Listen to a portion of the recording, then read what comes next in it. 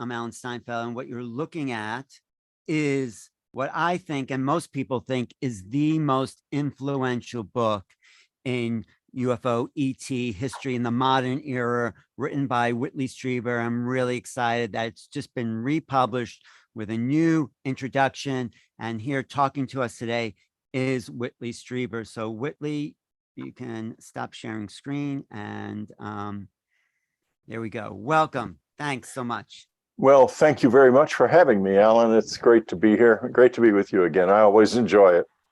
I always enjoy you because, like I say, you've done the hard work. You've been out there since, when was that first book was published? I've been out there since Julius Caesar was alive. That's how long I've been out there.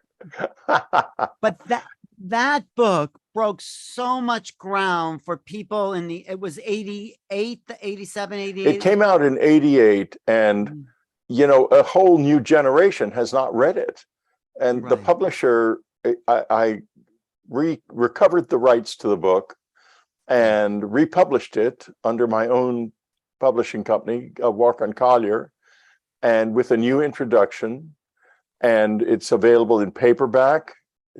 I believe in hardcover. It should be in hardcover shortly if it's not out there now, as a Kindle and as an audio book, which I read. And it is the first audio book of communion ever done that is completely unabridged. And what is different? What did you say in the introduction? That, I mean, because that's so important, because here we are. What is it? Yeah.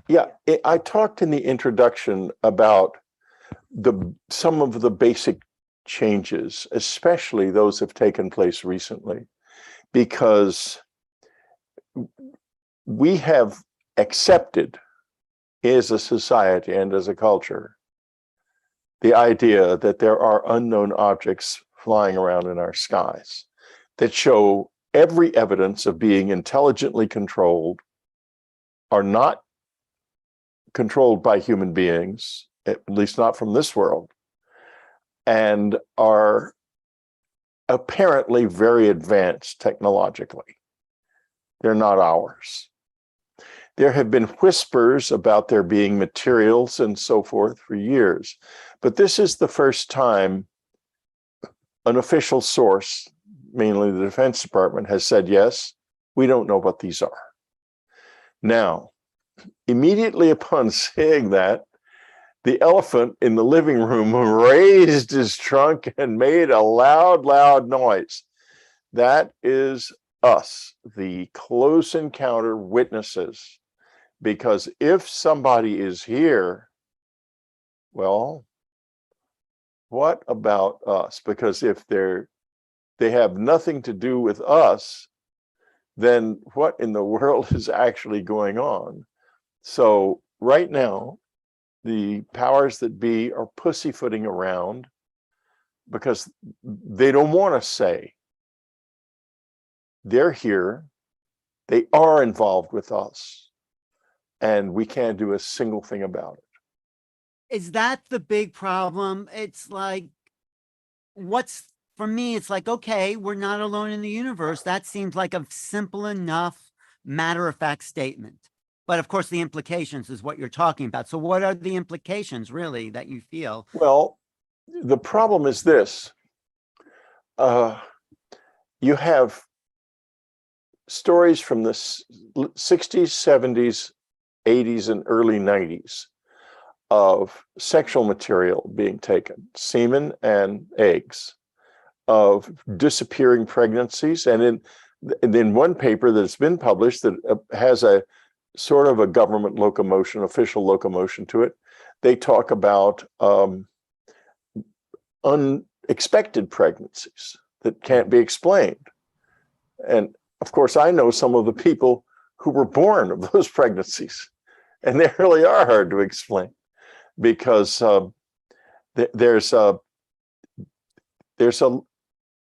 this is not something that where somebody saw someone from apparently another planet walking around in the backyard. This is much deeper than that. This goes right to what we are biologically. And it will develop over time, also intellectually and spiritually, to what we are. They didn't just come into our bedrooms.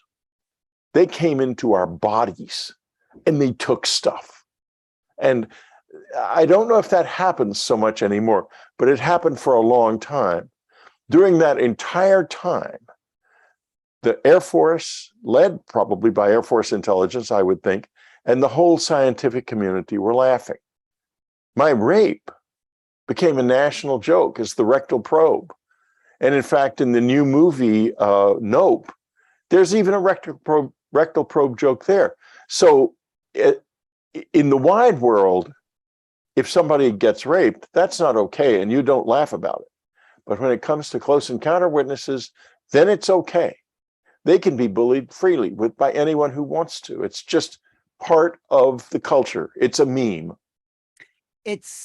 You've said there we are the most, because I feel I'm part of that population of contact abductees. We're the most repressed, most prejudiced people in the world, because no one wants to believe our story. No one, and it's changing, because there's just been a new bill passed in the Congress about what is it called? The anomalous health conditions as a result of UFO. Yeah, that's coming up. Well, in Congress. Yeah. there was a study done by British intelligence back in the 90s that was eventually was declassified as the Condon, CONDIGN report, different from the Condon report.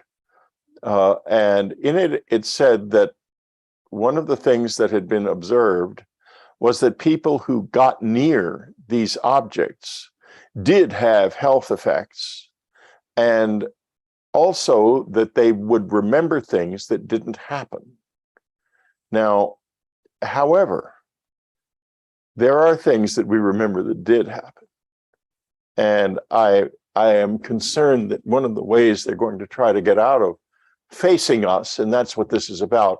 It's about facing the close encounter witnesses and facing the fact that the entire intellectual culture and the United States government and many other governments around the world who haven't just ignored this issue have treated us shabbily, very shabbily.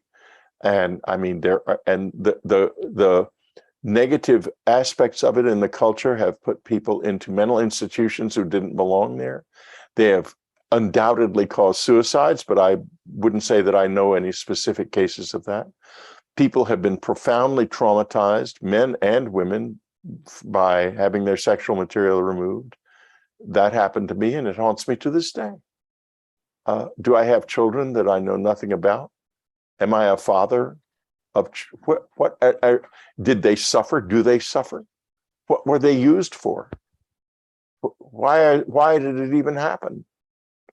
And I don't know.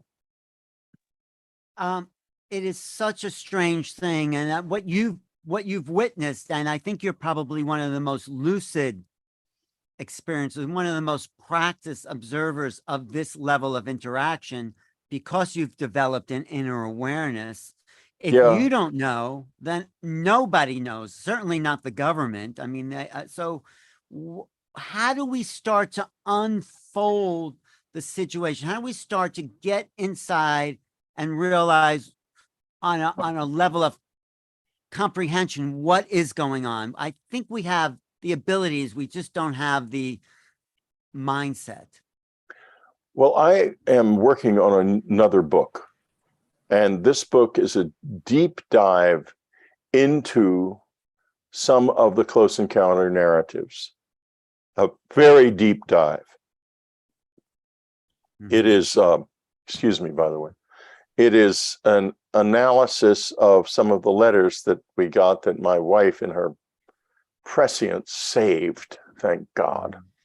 And if you really go into them, you can find out and come to understand what is happening, what they are doing, what they want, what their attitude towards us is.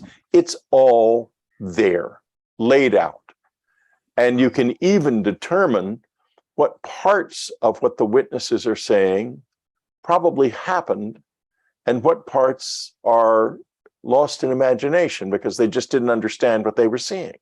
Mhm. So once that book is out, and I'm hoping to have it out sometime in October of this year, maybe a little later, because it's not an easy book to write, in the sense that it takes an immense amount of research into everything from spiritual practices to brain science and memory science. But I hope when it comes out, it won't just be ignored because, for example, the books I've written in the past few years, A New World, Afterlife Revolution, Jesus, A New Vision, receive absolutely no review attention whatsoever. No one will review a Whitley Strieber book. Fortunately, there's Amazon, and the public will review the books, and sometimes and very often very intelligently. So fortunately, I don't need the New York Times. I would like to have the New York Times, but I am a pariah, an outsider, someone whose nose, they look down their nose at me because I'm Whitley Strieber, the rectal probe man. Now, come on. We're talking here about the most important thing that has ever happened in the history of the human species. And so far, we're too frightened and egotistical and unwilling to face the truth to really address it intelligently in the broader culture. However, the abductees and the close encounter witnesses, a lot of them are addressing it very intelligently. These are not stupid people. You know, they sneer at us and say we're a bunch of trailer trash. I'm sorry, guys. Some of us are at least as smart and maybe smarter than you.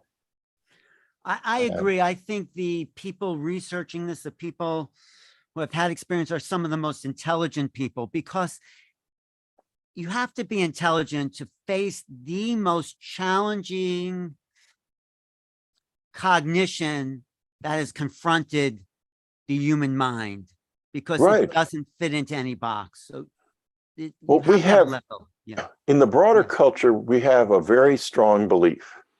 That belief is that there is nothing but the body. There is no soul. We spent 1,000 years under an oppressive religious dictatorship in the Western world, and we broke free of it during the Enlightenment. And there is a terror that it will come back if we admit the existence of the soul. But the truth of the matter is, looking as I do at the close encounter experience in the lives of others and in my life, I think that the physical part of it is really secondary. This is about souls. And it's not necessarily about making better souls or making stronger souls, although that's certainly part of it. It's also about exploiting souls at another level. And we're open to that because we don't know how to deal with it. People who don't believe in and don't have any sense of their own souls are obviously vulnerable. Mm-hmm. And that vulnerability, I believe, has been exploited. I think what's here, the presence that's here, is extremely complex. It has many different aspects. You can't say they're good guys or bad guys. It's not a Buck Rogers movie. It is a real experience, and with an extremely intellectually sophisticated, knowledgeable, morally complex presence that has a significant physical component, as well as a lot of technology to support its presence in the physical world, but is also arrayed equally consciously in a whole lot of different levels of reality that we don't even know exist. You know, it's my theory that maybe we'll hit a boiling point where, you know, when your book came out, you got 200, you and Anne got 200,000 letters from people around the world because that picture and the story and your true experience triggered something in them. And now, people are making jokes about alien abductions, but we have not. But I think we might get to a point where it's like self-evident that there are beings here and they're contacting us, and it'll be a change in how we look at reality when we finally realize we're part of a greater cosmos of living, of life.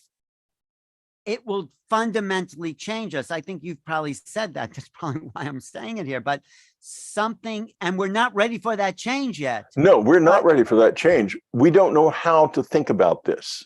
We have not figured that out. I know how to think about it. I know really well how to think about it. A lot of other close encounter witnesses do too. A lot of close encounter witnesses in the public space, like if you want someone who thinks about it very well, I can name 5 people immediately. Deb Cauble thinks about it really, really well. Many others do. You do. What is the well way? How talk about how, when you think about it well, what is that level of thinking? What I mean is this: be precise about your description of what you know, of what you remember. Keep the question open. Don't go down the path to any beliefs. Anne Strieber defined how to think about this, and a lot of other things, in fact, when she said, the human species is too young to have beliefs. What we need are good questions. And when you look at the bloodbath that is the history of mankind, you see immediately a lot of it is about a clash of beliefs, none of which are proven. We don't know. We don't know. We don't know who we are, where we are, or what this universe is. We don't know. We do not know if there is a God or not. But we do know that there are things about us that we don't wish to accept. I just interviewed for Dreamland the other day, Paul Eno, who's going to be on the show this weekend. And he talked about when he was the assistant to an exorcist in his young years in the 1970s, assistant to he was a member of a religious order, starting, I forget what they call them. He was involved in an exorcism where someone literally, before a psychiatrist and the exorcist and him and a number of other witnesses, levitated out of a chair. And the exorcist told him, go push her back down in the chair. And he did with his own hands. Now, because that happened, we don't know something very fundamental about the capabilities of the human body, do we? He goes on to say, by the way, in the interview, that he does not think it had anything to do with demons, and which is the right way to go, because we can't make those decisions yet. We have the tools. We have wonderful tools, scientific tools, all kinds of tools, academic tools. We can really look at ourselves and the world around us in a new way. And this is why I think admitting the existence of the close encounter witnesses and the fact that somebody is here and they are engaging with us gives us a chance to completely open ourselves up and look at mankind anew from top to bottom. And we will find out why that woman rose up out of that chair. And we will also maybe put the airlines out of business if we can take it far enough. Well, I think you're right. It's about looking at us anew. When I teach remote viewing, and I've taught it a little bit, I'm always shocked how many people can actually extend their mind to a non-local awareness. We are fantastic beings that have been dumbed down by those religions. And going back to the idea of, you just said, maybe they're not even aliens. Maybe we're calling things aliens or ETs because we don't have another name for them. Could they be something more that we have yet to cognize? Well, of course, there are many species on this planet who have more than one form, and some of those species have profoundly different forms with entirely different functions. Of course, the obvious is the caterpillar and the butterfly. They have completely different functions. They needs. They look completely different. And what if the human species is that? We're obviously the caterpillars, from judging from what we eat in the world. And maybe we are looking at another aspect of ourselves when we look at these entities. And maybe that aspect of humanity does not have the constraints that we do. Maybe they're not tied to a planet because their biological form is different and they're much freer and can move much more freely. I mean, I've seen them fly off physically. So, if they are us in another form, that would mean the world is something like a game, I guess, or a kind of nursery. Well, could it be like what happened to Galileo, Copernicus, by the church, from stopping people seeing this larger reality? Is that intentional on the part of governments to stop us from seeing the larger reality, or is it part of some unconscious? I mean, I don't know what else it would be. But governments have policies, not intentions.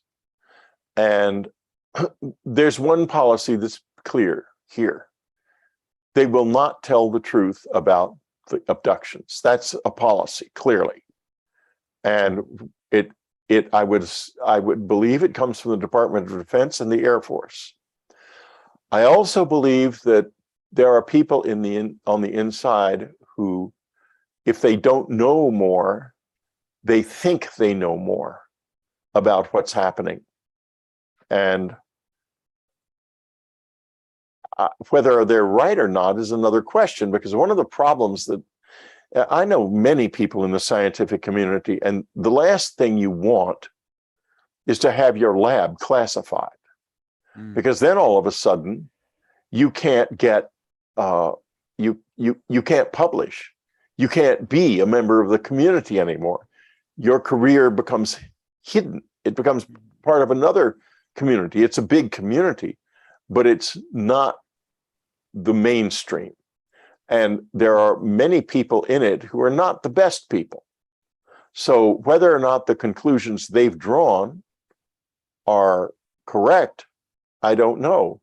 I would like to see prominent and competent psychologists, psychiatrists, neurologists, and physicists and other scientists addressing this.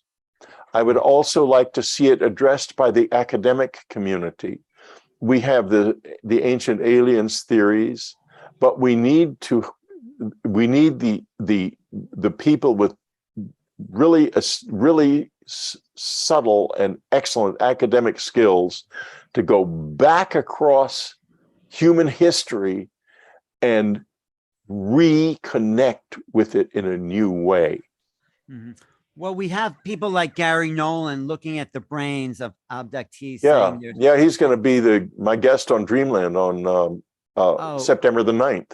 Oh, I want to hear him. He's probably the best, most open-minded scientist we have looking at this situation. He's a good friend, and he's a wonderful man. I love him dearly. Well, I'd love to interview him because he said some things that like that DNA is older than the Earth itself. Very important statements.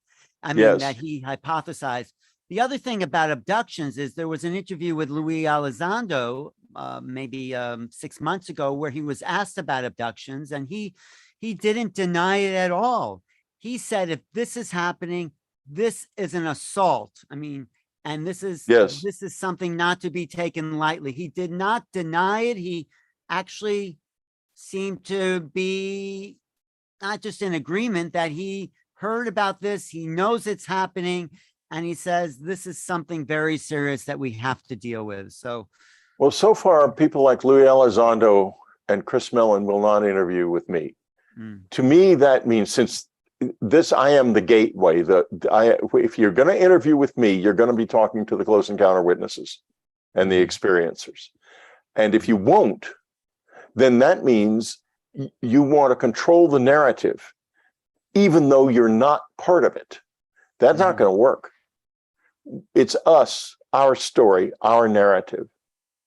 And they're going to have to come to us. And so far, that's not happening. Do you know, I just about us contactees, abductees, the Roper poll, and I think it was 1993 estimated that possibly as much as 3% of the US population, not counting it, has had an abduction. Do you agree with that?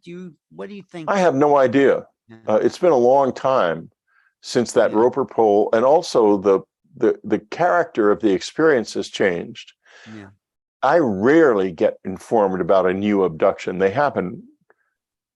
I don't think I've been informed about a new abduction in a year. And I don't think that MUFON gets many stories either. So something had shifted from the 90s. Well, yeah, I think that it's obvious that they collected as much sexual material as they wanted to. And therefore, there's no further reason to do abductions. And you think the sexual material was to produce a hybrid offspring race? I have no idea. I can't go that far. I can only say that I know it was collected because it was collected from me. And I know other people, women who lost eggs and fetuses, and these were medically recorded. This happened in the context of close encounter experiences. So that's what I can say. I don't want to make a leap to what happened to them. I assume it was nothing good. I mean, but I don't know. Well, if you want to reveal some, but have you written about it in a book? You think one of your hybrid children had been following, I think that's what you said, following you and showing up. A child who did not have the ability to talk, and who did have the ability to enter your mind in ways that you could feel, lived in the woods behind our house and followed us to Texas when we lost our cabin. That child haunts me more than anything else in my life, because I can't know whether or not it's my child. I could not get through to him. He was in a kind of autistic or schizophrenic agony of some kind. He was not well put together. He smoked constantly. He was very easily agitated. He was suffering. And when we ended up in Texas, he showed up living in an apartment near ours, just across the way from ours, with two men who were not the sort of people I would think a child would do well with.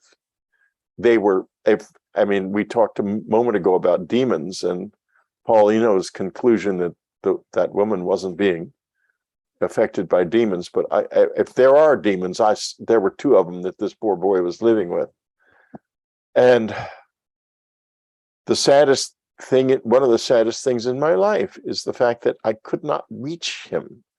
I could not get through. I could not reach the part of myself that could maybe have connected with him. And he was right there. And I finally drove him off. And then it turned out that the two men weren't even renting the apartment. They were squatters. And they were removed by the sheriff department, but not before they went around to everyone else in the condo complex trying to sell the guy's furniture to us.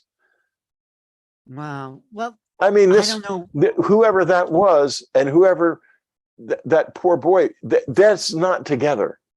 That didn't work. The boy didn't work. The two men didn't belong anywhere, let alone here in this lovely world of ours. Fairly lovely. I mean, it's iffy in certain respects, obviously, but it's fairly good.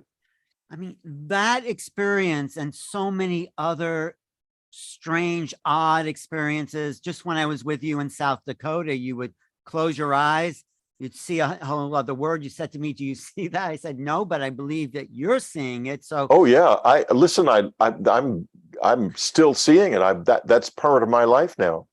I'm planning oh, to go down to a place where I look through to it this afternoon because I love doing it. oh, there's a place out by in California. Oh, there's lots of yeah. I can do it anywhere.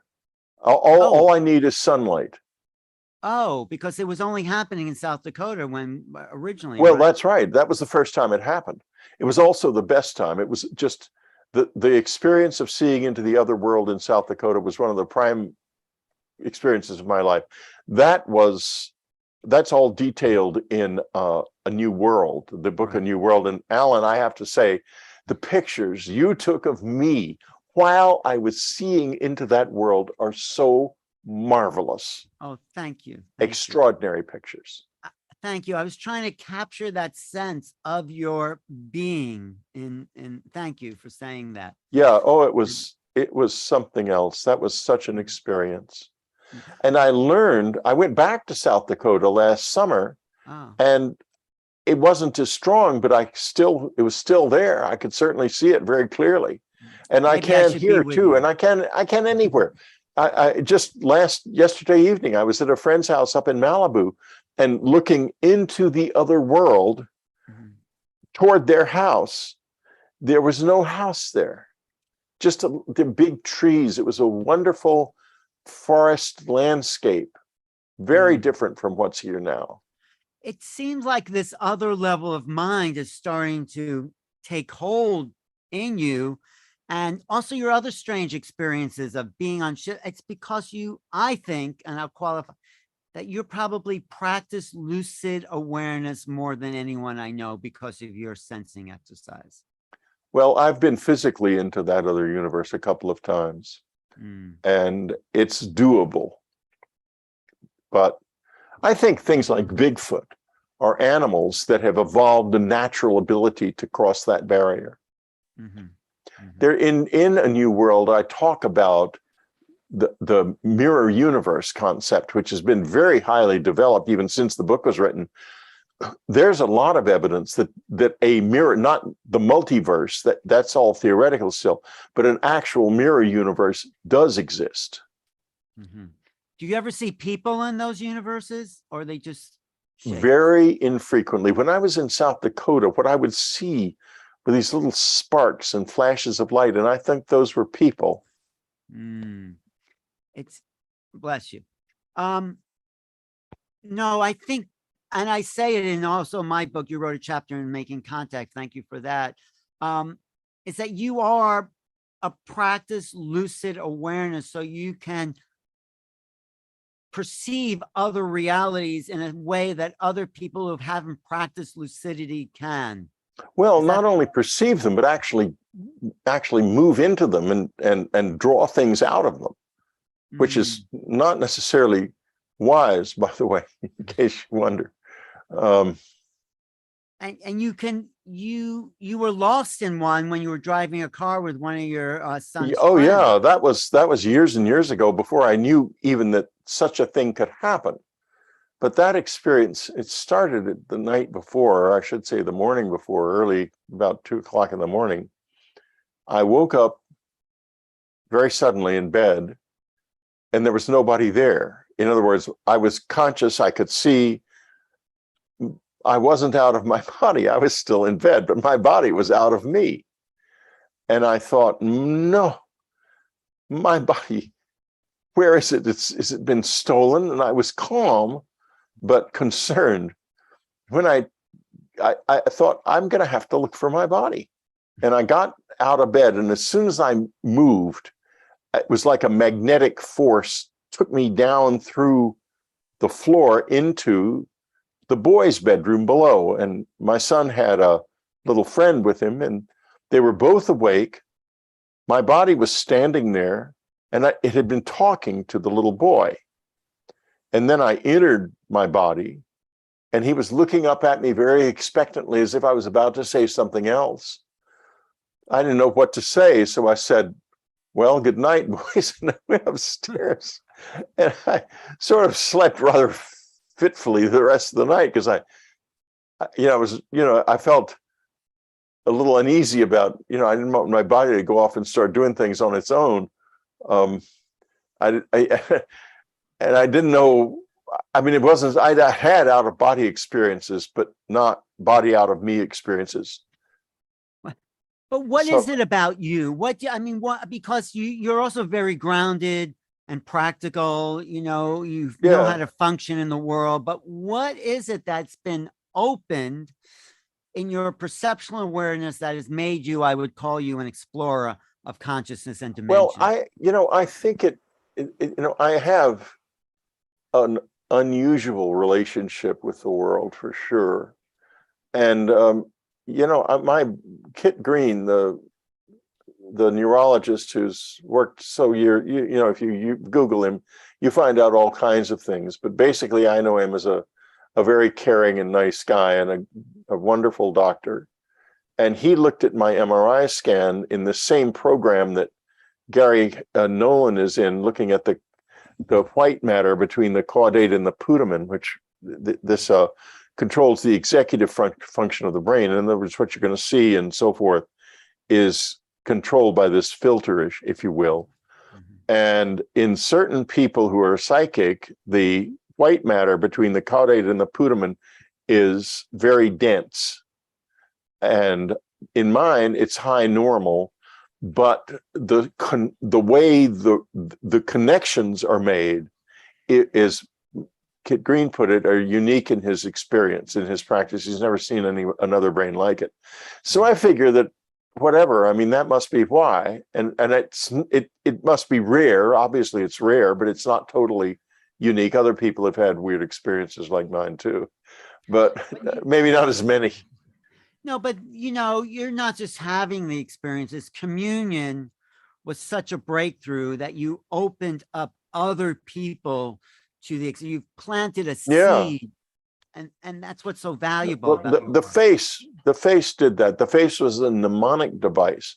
I'd love to say that I had cool information, but I just published the book with the cover with no idea what would happen. And it turned out that face triggered memories in millions of people around the world. And the powers that be were not amused. I had a lot of trouble. I still do. No, but talk about also what that face, it wasn't just an abstract, ET. There was something, I mean, you have a whole relationship with this being. Yeah, and you can see the results of the relationship in the drawing, because Ted Jacobs. There, I'm putting it up again. Ted Jacobs made those lips. He made this little smile, and it reflects the way the face felt. It's not how it looked. It wasn't as pretty as this actually, but it reflects the way it felt. This is a new version of the face. Right. I had this changed to have irises in the eyes to give. I just noticed that. Yeah, to give more of a sense that someone is now looking at us and not reflecting us. Mm. Here is the original painting. Oh, wait, let me just get that. Yeah, this is the original painting, and you can see if you look. Let's try to let the technology not punish us. Okay, there's the original painting, and you can see the gleam in the eyes, the reflective gleam, as if it is reflecting us. And now the new face is looking out at us. I mean, so this new face, though, I mean, on the old face, it is not just any ET. This is a woman, a female ET that you've had a deep connection with. Yeah, this is the same painting, but with the eyes changed. Right. But talk about the ET itself, your relationship to who this is. Oh, my God, what a question. Well, you talk about a complicated relationship and a complicated being. My co-author on the book Supernatural, Jeff Kripal, who is one of the world's leading academics and certainly among the top 2 or 3 when it comes to extreme strangeness, he thinks that that entity and Anne are somehow connected. And there was such a sense of familiarity and strangeness about the entity. And you know, when Annie, there's going to be a documentary about me on the Travel Channel on September the 5th. And they found a clip that, thank God, a friend who, Timothy Greenfield Saunders, who had made this, trying to make absurdly, optimistically a documentary about me for HBO, as if they would ever stoop to running a documentary about the rectal probe man. But anyway, he had a beautiful interview with Anne where she recounts how she reacted when I finally admitted to her what had happened. And I finally said to her, honey, this was after months of fighting and me trying to push her away because I thought I was going psychotic and I didn't want her to be trapped in a marriage with a man who couldn't give her support and all the both crap that went down. Anyway, I finally sat her down and I said, honey, I think something happened. And she's like this. Annie, I think I was taken aboard a flying saucer by little men. There's a beat, another beat. And she says, oh, thank God. I thought you were going crazy. Now in the documentary, she remembered it differently. She said, oh, thank God. I thought now I'm not going to have to get a divorce. Of course, I was afraid that that's exactly what she would want when I told her this. But no, she went with it. She became the intellectual center of everything. I wrote the book, yes, but it's Anne's mind and Anne's thought that made that book great. And it's Anne that gave you the title Communion. Anne did. I was going to call it Body Terror because it was so physical and so terrifying. My body was literally terrified. But she said, no, we're going to call it Communion because that's what it's about. And we have yet to, you said this earlier in our conversation, we have still yet to achieve the destiny that book has foretold. That is correct, because we have been stopped in our tracks as a species by a community that is in power at many different levels: government, science, intellect. The rulers of the culture can't handle it because they can't face the fact that they're not the top of the food chain. They can't face it. They have to face it. And I'll tell you when they're going to face it. The planet's falling apart around our ears. Right. They're going to be all kinds of horrible things happening. If Central China doesn't get water soon, they're going to run out. Millions upon millions of people are going to run out if they don't get water soon, a rain soon. And they may, but the trouble is, when the rains come, it's rain bombs, not the normal rainfall, and that's not going to change. This planet's entire climate system is in the process of changing radically. And those people who run the world, from the president of the United States to the prime ministers, to the religious leaders, to all of the cultural leaders, and God help the climate change deniers, because they're going to be in real trouble. They're going to be blamed, and justifiably so. And the public is going to be angry all over the planet.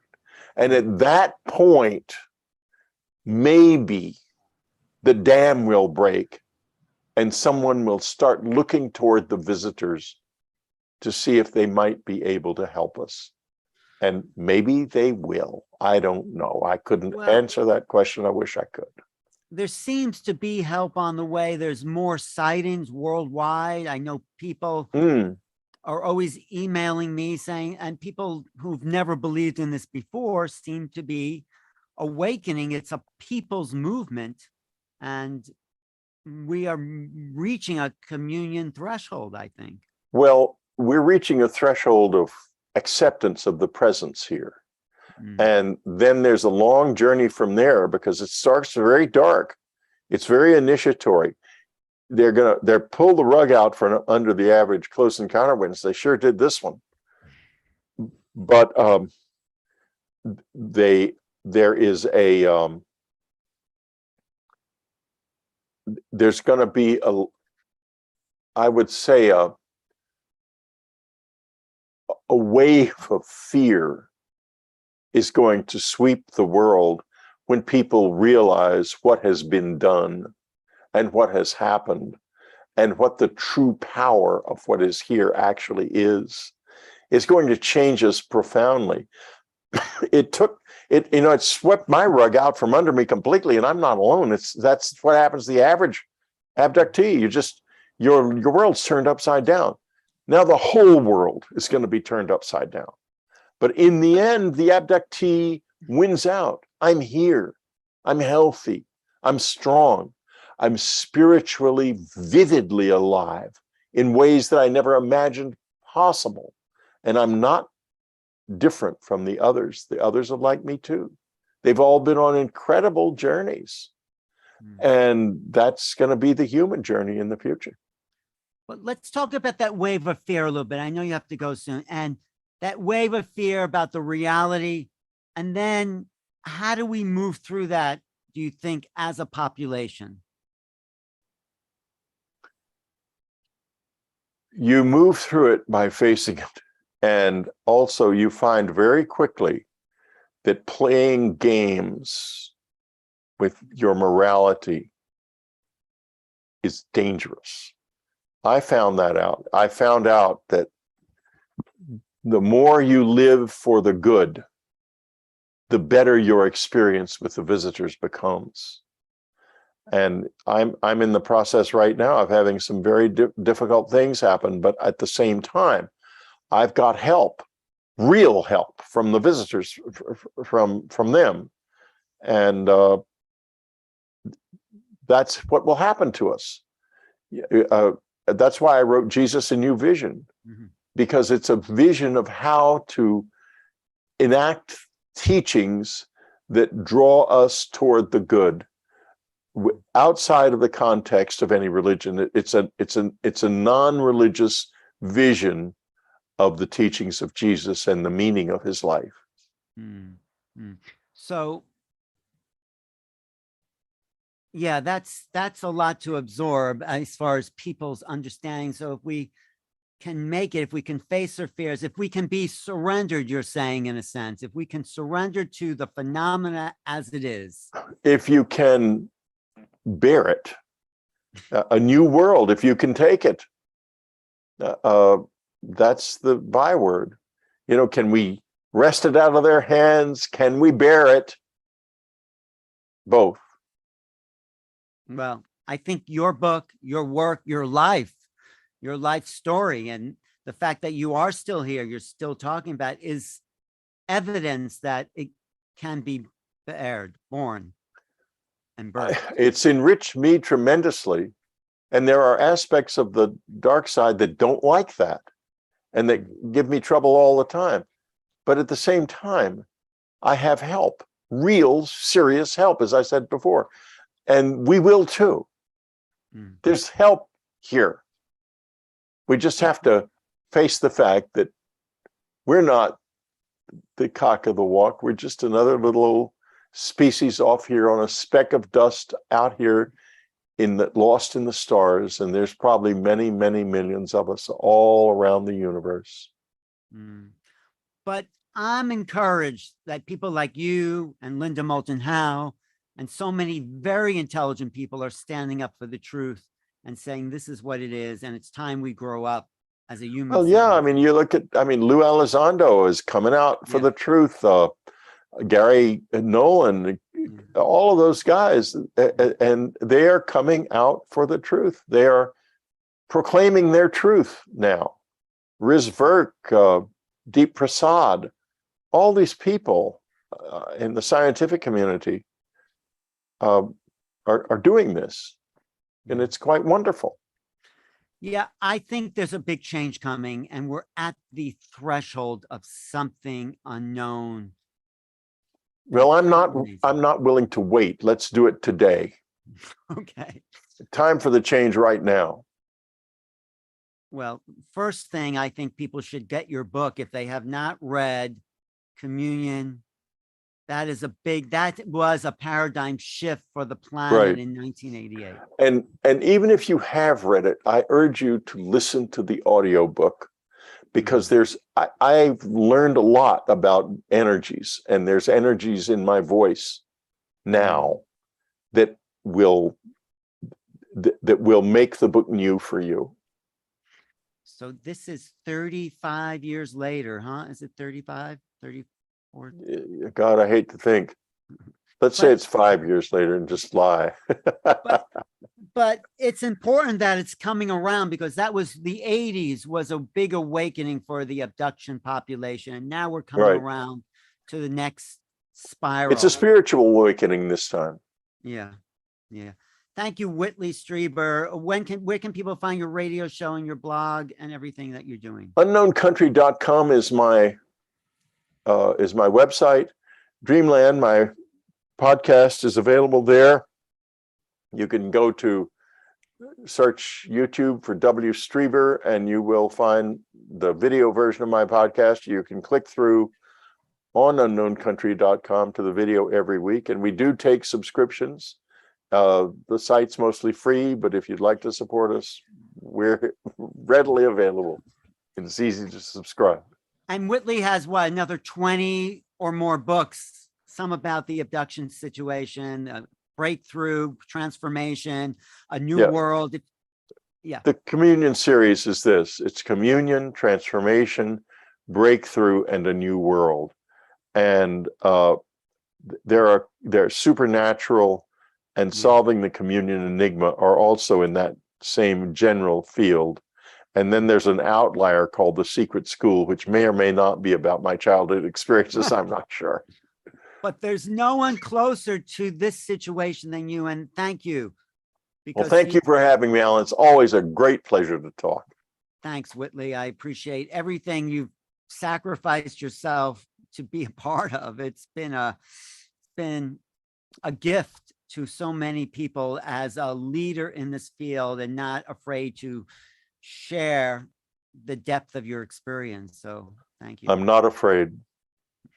Well, there's nothing will scare you now. You've seen it. Oh no, you don't know the half of it. I can be scared now, Okay. but I will not stop. I will not stop. Thank you, Whitley Strieber. I'm Alan Steinfeld, New Realities. Check out my book with Whitley's chapter in there, along with Linda and lots of great people, JJ Hertog, Desiree Hertog. And thank you for watching. Look for more live streams on this